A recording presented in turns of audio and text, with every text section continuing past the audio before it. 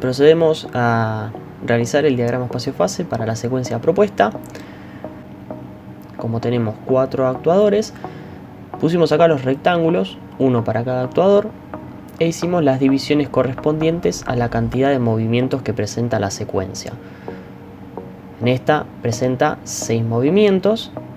Acá en el tercer movimiento hay 2 actuadores en simultáneo, y en el quinto hay otros 2 actuadores que realizan movimientos en simultáneo. Entonces comenzamos. Primer movimiento, el actuador A avanza, va de la posición 0 a la posición 1. Segundo movimiento, el actuador C avanza, posición 0 a la posición 1. Durante el primer movimiento C no se movió. Tercer movimiento, B retrocede, va de la posición 1 a la posición 0. Por lo tanto, antes estaba en la posición 1. Y el actuador A retrocede, 1 a 0. El movimiento anterior permaneció en la posición 1. Cuarto movimiento, actuador D avanza, va de la posición 0 a la 1. En movimientos anteriores permaneció en la posición 0.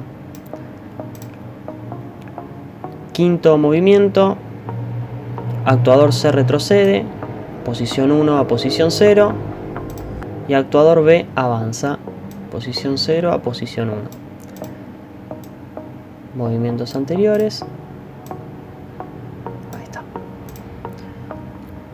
Último movimiento, D retrocede, posición 1 a posición 0. Completamos los demás actuadores. Ya tenemos los gráficos de los movimientos de cada actuador. Ahora procedemos a marcar, después de un movimiento, cuando es accionado un sensor o fin de carrera. Después del movimiento, después del movimiento, después del movimiento acá, después del movimiento acá, después del movimiento, después del movimiento, después del movimiento, después del movimiento. Ahora les poníamos nombre.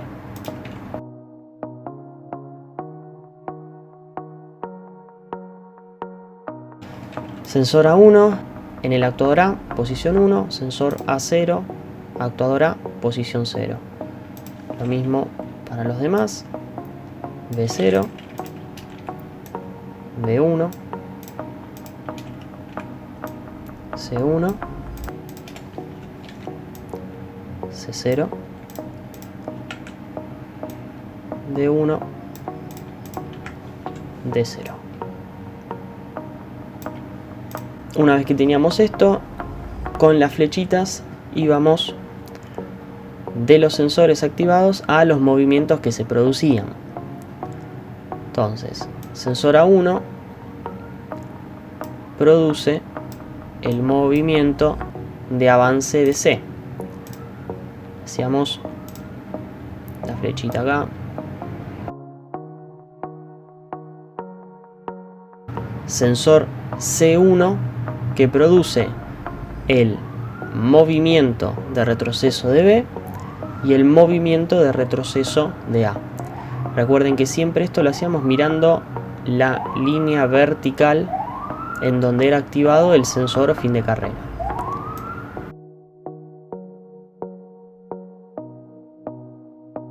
Siguiente movimiento, tenemos en este caso al sensor A0 y al sensor B0 que fueron activados. Ambos producen un solo movimiento, que es el movimiento de avance del actuador D.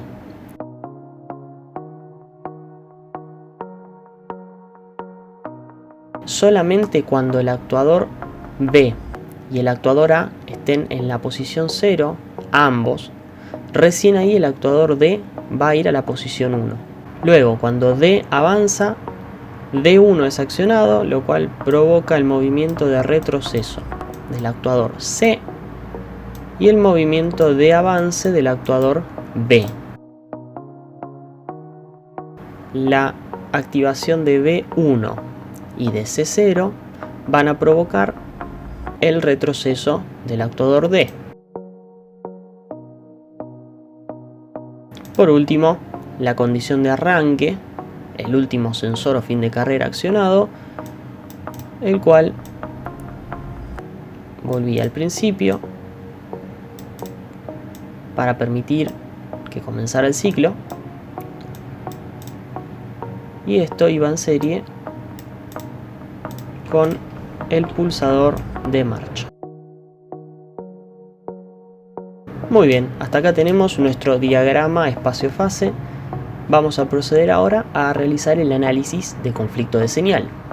Como tenemos 4 actuadores, vamos a tener 4 electroválvulas, una para cada actuador, las cuales van a tener las señales de avance y de retroceso.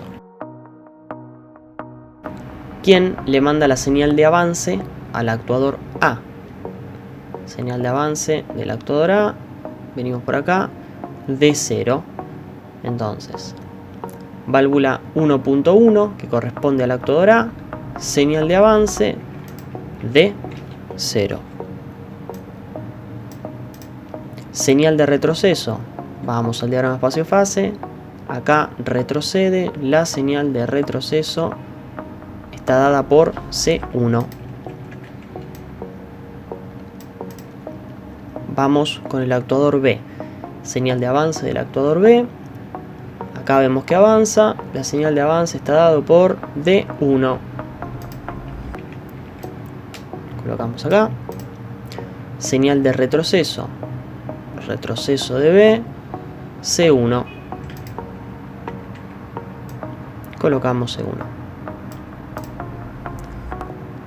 Actuador C, señal de avance. Señal de avance de C, venimos por acá, está dada por A1. Señal de retroceso de C, retroceso de C, D1.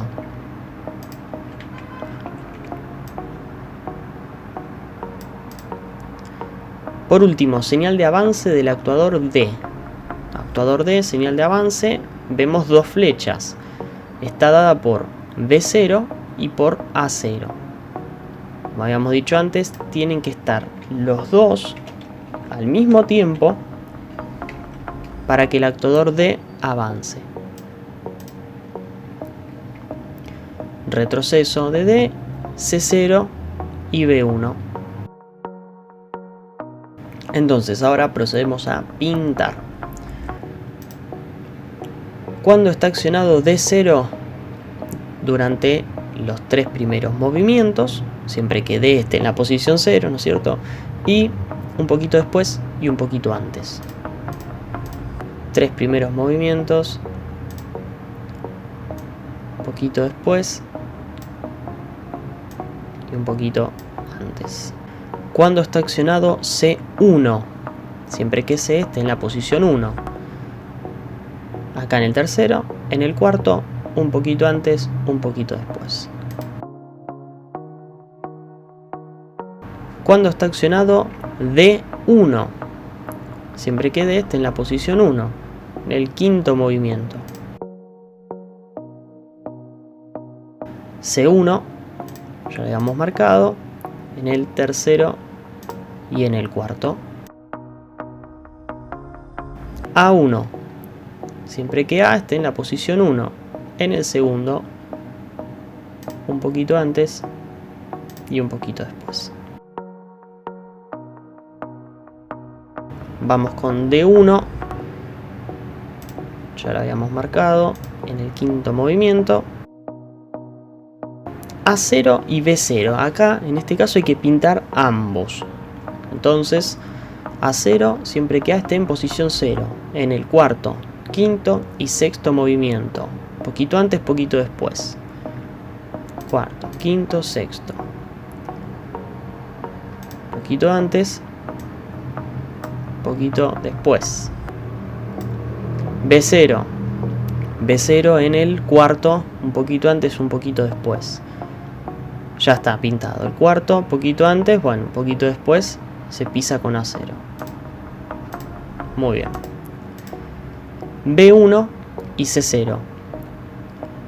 B1 en el sexto, primero y segundo. Sexto, primero y segundo.